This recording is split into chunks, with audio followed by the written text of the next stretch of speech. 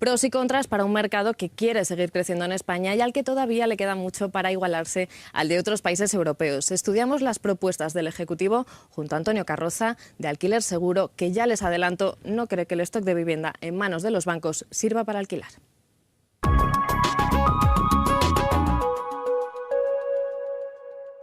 Regresamos de vacaciones y lo hacemos junto a Antonio Carroza, que es consejero delegado de Alquiler Seguro. Antonio, muchas gracias por estar con nosotros de nuevo. Muchas gracias a vosotros. Vamos a empezar, sin entrar en muchos detalles, para ir profundizando a lo largo de la entrevista, con una valoración general de las reformas aprobadas en materia de alquiler. Sabemos que es una ley que está en trámite. ¿Qué valoración general hacéis desde Alquiler Seguro? Bueno, desde Alquiler Seguro lo primero que hacemos es aplaudir a la Administración por acordarse del alquiler. Nosotros venimos reivindicando desde hace muchos años que el alquiler es la oveja negra del sector, del mercado, y que tenemos que ir hacia la convergencia hacia Europa con estos datos, pero para eso las administraciones tienen que acordarse del alquiler, tienen que cuidarlo, tienen que legislar al respecto. Y por lo tanto, el simple hecho de que una administración como la actual, en los momentos en los que estamos, se acuerde del alquiler, es para aplaudirlo.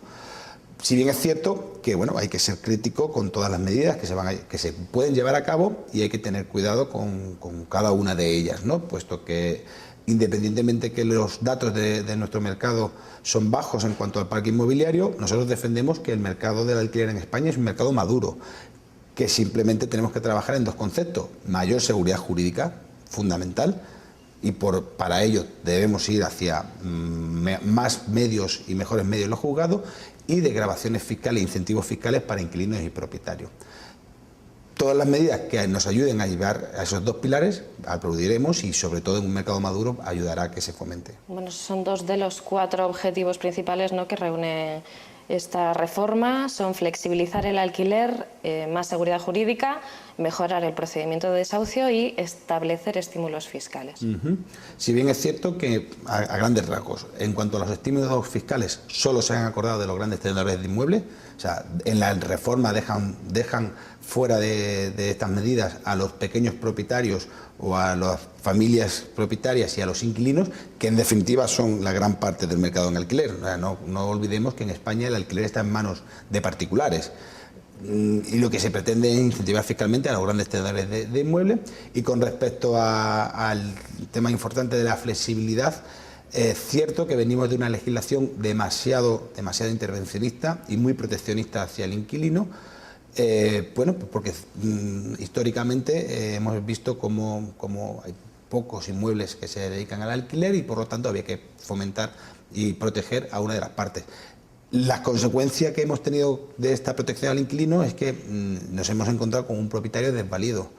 Empresas como Alquiler Seguro lo que pretendíamos era precisamente dar protección a propietarios, porque encontramos que en el mercado no estaban en igualdad de condiciones, puesto que un inquilino que deja de pagar a un propietario puede estar 24 meses, 30 meses viviendo en la casa sin pagar, y la única consecuencia era que te echaban. Bueno, pues eso era evidente. Esta flexibilización es un acuerdo entre las partes. ¿Puede generar más inseguridad? Quiero decir, tiene un punto positivo porque claro, efectivamente te da la oportunidad de poder pues dejar tu vivienda en alquiler si te surge un trabajo en otra comunidad autónoma, por ejemplo, pero también corres el riesgo de que tu inquilino se vaya avisándote que en un mes, incumpliendo un contrato de 3 años, por ejemplo, claro, cuando tú ya tenías pensada alquilada esa vivienda. Nos encontramos con que nosotros defendemos que hay que dejar la libre voluntad de las partes, sobre todo cuando nos tratamos de un mercado maduro en el cual el acceso a la información es fluida y existe. Bueno, el mercado del alquiler en España sabemos que por los medios de comunicación, por los medios telemáticos que existen e informáticos, es muy fácil acceder a la información, comparar precios y comparar ofertas y demandas.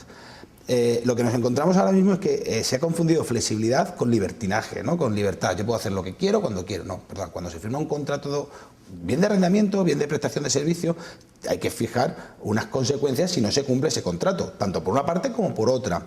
Lo que pretende en esta reforma legislativa que van a ponerse en marcha es que un inquilino pueda dejar una vivienda en cualquier momento sin ningún tipo de repercusión. Y esto va a generar a corto plazo, incluso puede producir un aumento de precios. ¿Por qué? Porque los propietarios que se deciden poner en alquiler una vivienda tienen que hacer una inversión en esa vivienda, pintar, adecuar, para que sea idónea.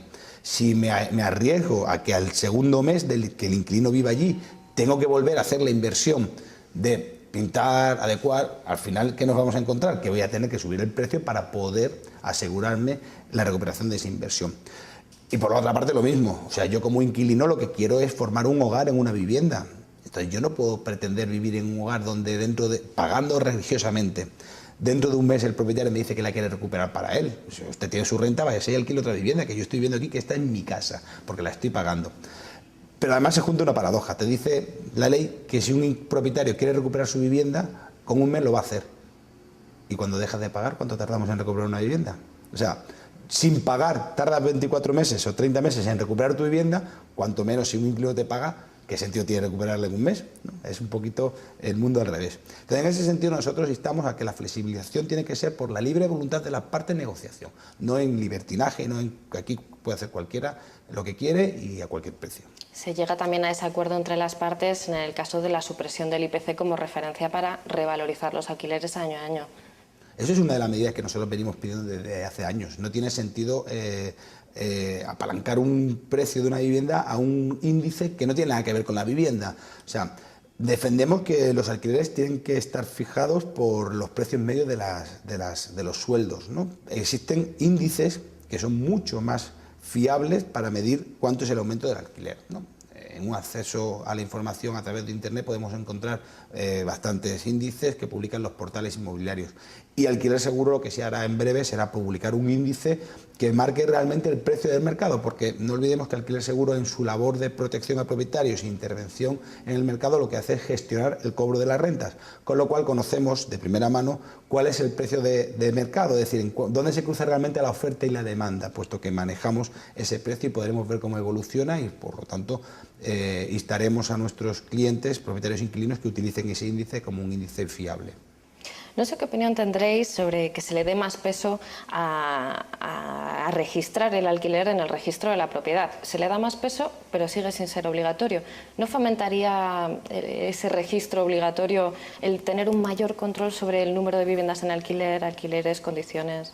España necesita un censo de alquileres, no cabe duda. O sea, no sabemos datos de morosidad reales, ciertos y absolutos, puesto que no sabemos cuántas viviendas realmente están alquiladas.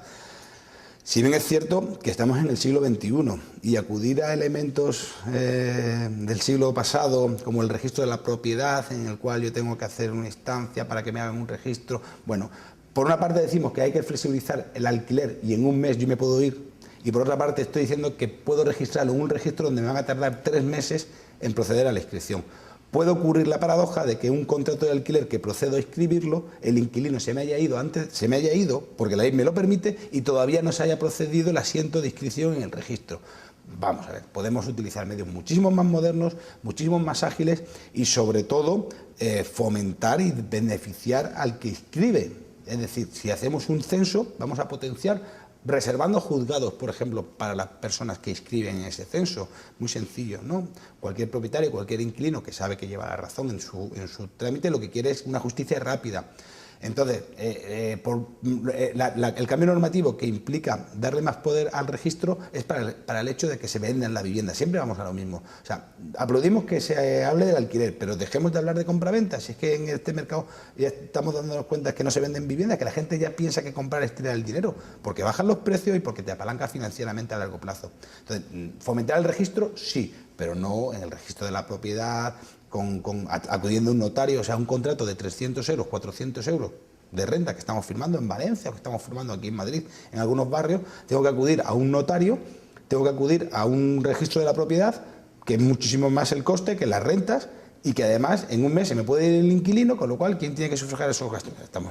Vamos a ser un poquito más serios y vamos sobre todo a mirar hacia adelante y hacia el futuro. ¿Tenemos que incorporar igual nuevas tecnologías para crear ese censo y hacerlo más cómodo y accesible a todo el mundo? Por supuesto. La misma recaudación del impuesto que grava el alquiler está grabado por el impuesto de transmisiones patrimoniales en su modalidad de actos jurídicos documentados. Bueno, pues para liquidar el impuesto hay que ir a un estanco a comprar timbre.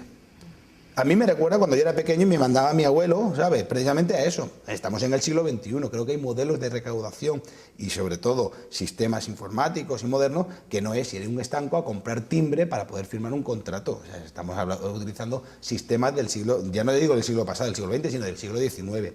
Hay que invertir un poquito en modernizar precisamente esta recaudación y utilizar elementos modernos y sobre todo lo que nos generan es agilidad, flexibilidad y confianza. En búsqueda de esa agilidad, también han intentado modificar el proceso de desahucio y hacerlo más rápido. ¿Qué opinión nos merece? Una justicia rápida es más justicia para nosotros.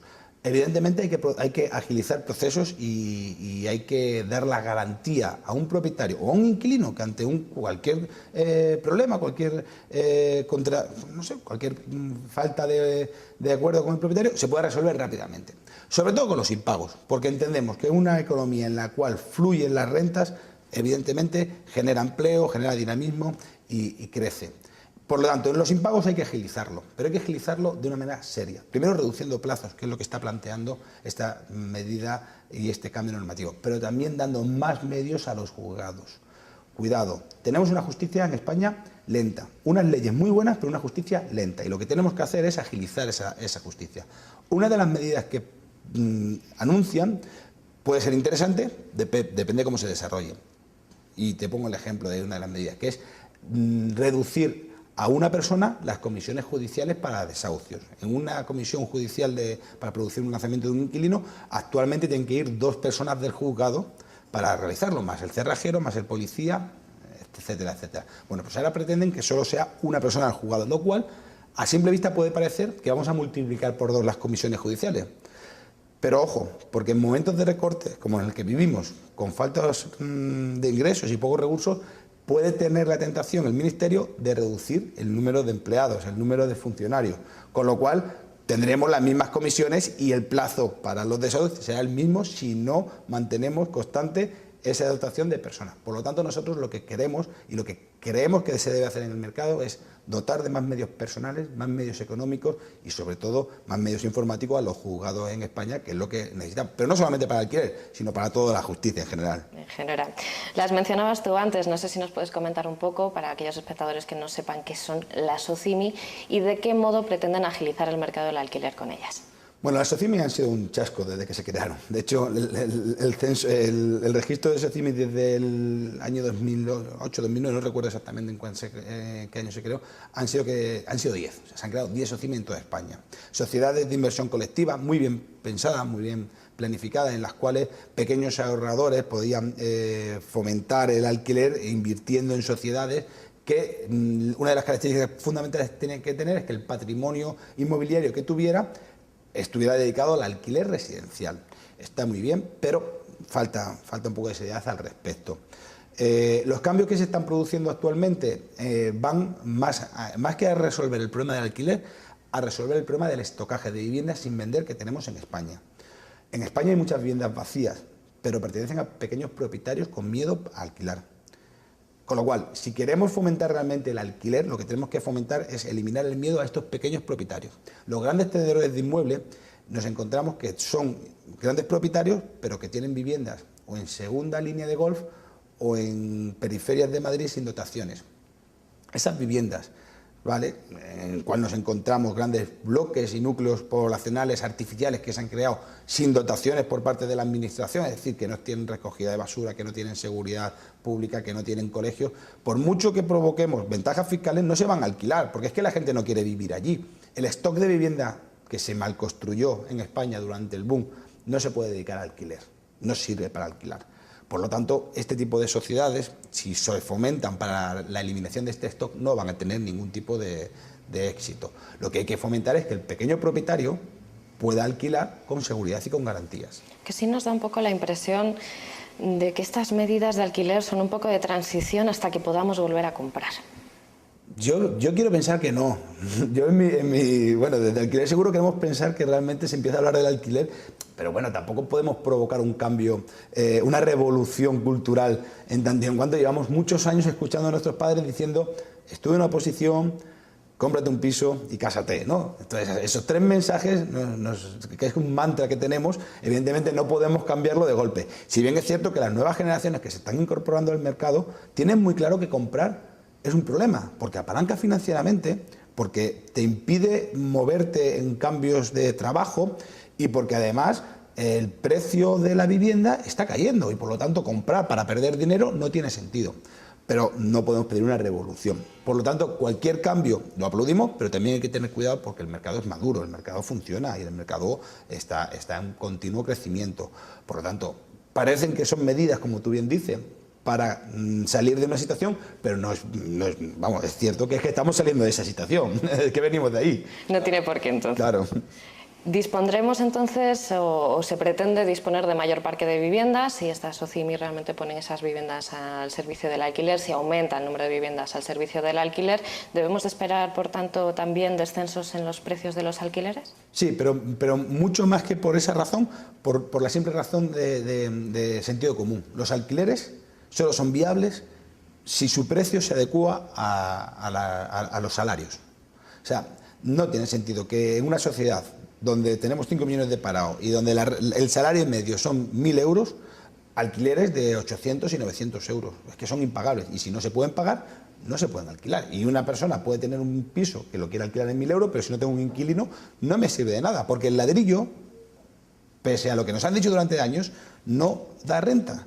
El ladrillo vacío o la casa vacía no sirve para nada. Lo que tienes que tenerlo en alquiler, tienes que alquilarlo en función de los inquilinos que pueden acceder a esa vivienda. Por lo tanto, se van a producir bajadas porque hemos tenido unos aumentos de precios en las rentas que no venían marcados por los salarios, sino que venían marcados por los precios de compra-venta y por la especulación en el ladrillo. Con lo cual, por mucho que entren o salgan viviendas al mercado, el precio del alquiler tiene que seguir bajando y tiene que adecuarse pues, a esa economía sana en la cual un salario medio podrá pagar una vivienda media.